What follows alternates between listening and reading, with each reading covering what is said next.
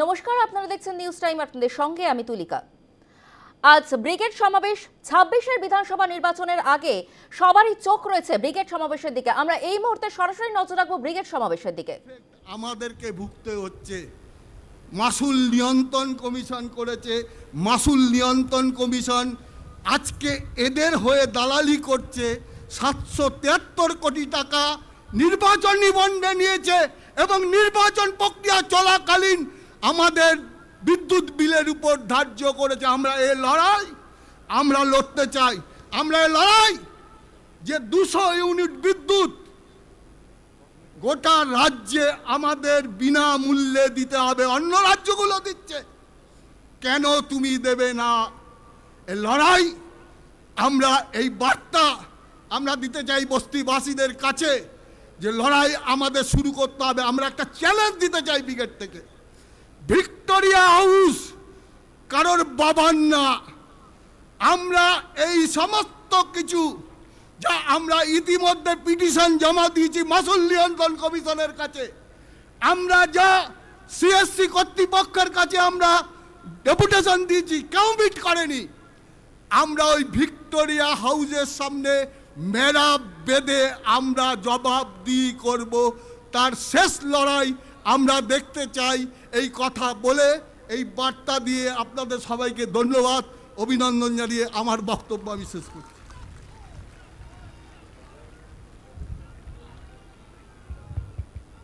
এখন আপনাদের সামনে বলবেন সারা ভারত ক্ষেতমজুর ইউনিয়নের লড়াকু নেত্রী কমরেড বন্যা টুডু।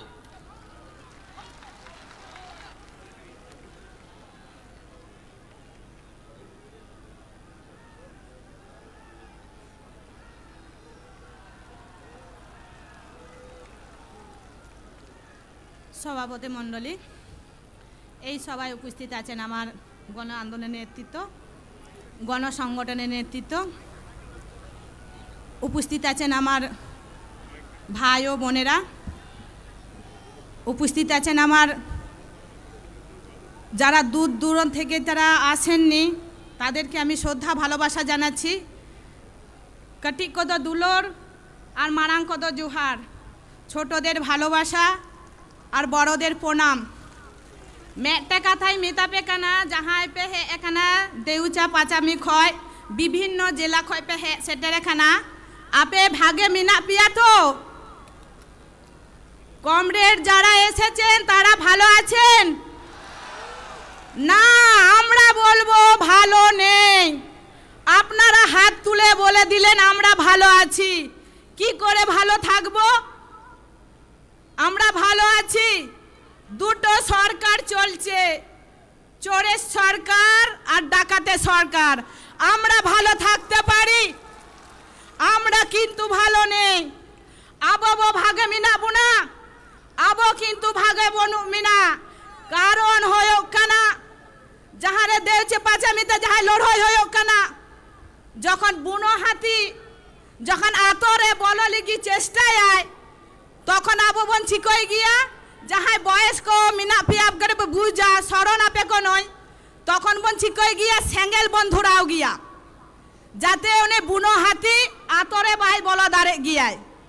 যখন আমাদের আদিবাসী ভাই বোনেরা লড়াই করছে, যখন গ্রামে যখন একটা হাতি ঢুকে যায়, সেই হাতিটাকে যাতে গ্রামে ঢুকতে না পায় তাকে আমরা আগুনটা পাশে জ্বালিয়ে দেওয়া হয়।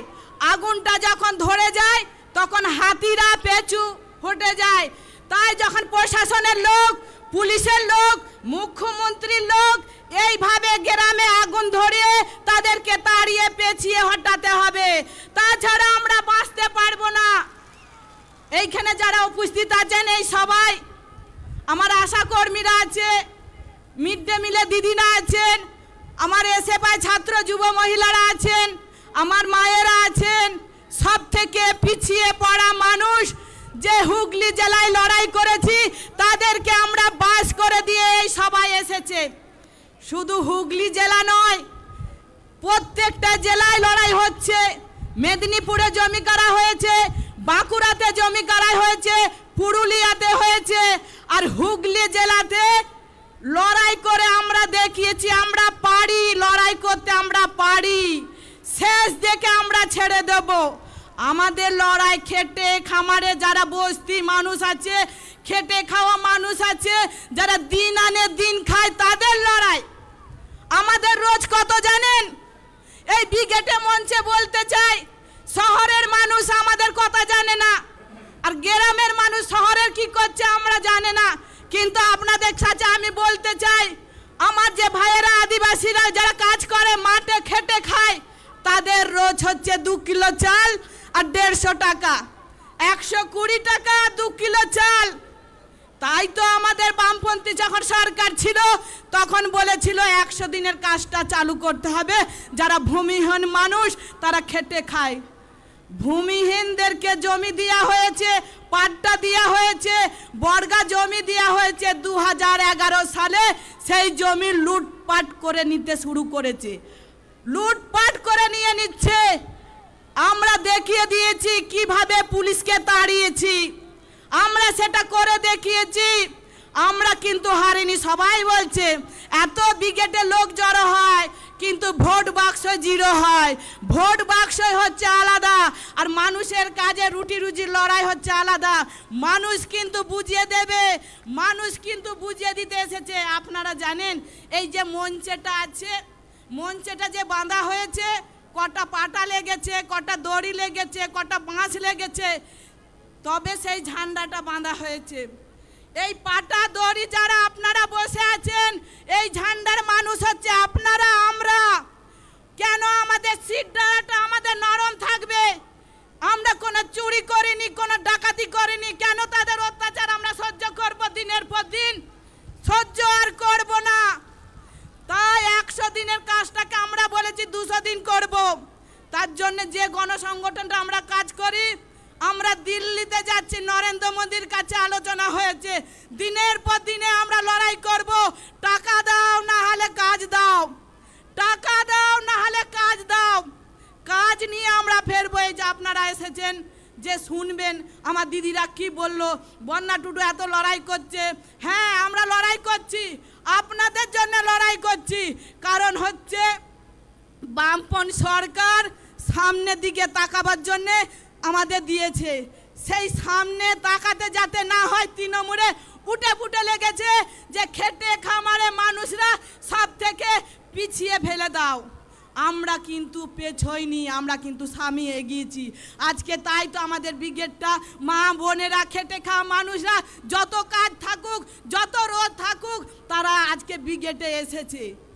আমরা লড়তে চাই, আমরা চড়তে চাই, আমরা কাজ করতে চাই, সেই কাজটা বন্ধ করে দিয়েছে। দেখছেন না যুব সমাজটা কি হয়ে যাচ্ছে? এত চুরি করেছে, এত চুরি করেছে, দিদিমণি কি বলবে সেটা কিছু বলতে পারছে না। আমার বেকার ছেলেদেরকে বলা হচ্ছে, আরে বাবা তোমরা কাঁদছো কেন? মাকে বলো না চপ করে দিতে, ফুচকা করে দিতে, পকোড়া করে দিতে।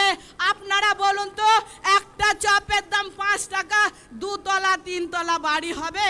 কিন্তু মুখ্যমন্ত্রীদের চোরেদের সরকার, ওনাদের নাকি ঘর হচ্ছে চপ বিক্রি করে। কোথায় 2 তলা 3 তলা ঘর হয়েছে?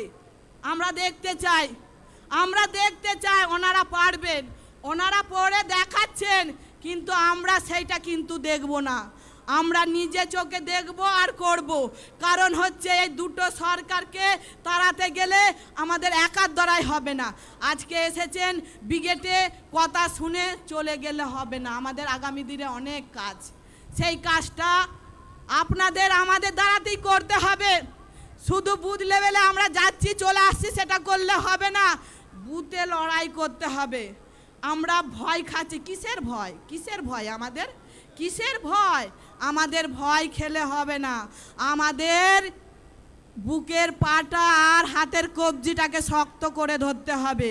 এই যে শক্ত করে না দিলে তৃণমূল আর বিজেপি টিভিতে আবল তাবল কথা বলছে, আবল তাবল। সে বলুক, বলুক। আমাদের যখন মিছিল আসছে হাওড়া থেকে, ওনারা লঞ্চ ঘাট বন্ধ করে দিয়েছে। কারণ বলছে আজকে লঞ্চ ঘাট খোলা যাবে না, সারাসারি ব্যাপার হচ্ছে। আরে সারবেন, এই তো সবে আপনার ফাটল ধরেছেন, এই তো সবে ফাটল ধরেছেন, আর কত কি সারবেন? কিন্তু সেই সারাবার খরচাটা আপনি রেখে দেন। আগামী দিনে এই লাল ঝান্ডাটাই ছাড়বে। ওনারা চমকে যাচ্ছে, ধমকাচ্ছে, কিন্তু ওদের ভয় ঢুকিয়ে গেছে। সেই ভয়টা আমরা দেখিয়েছি আমাদের হুগলি জেলায় গঙ্গেশনগরে। আরে বিডিও থেকে, এসডিও থেকে, বিএলএ থেকে জমি কাটতে এসেছে।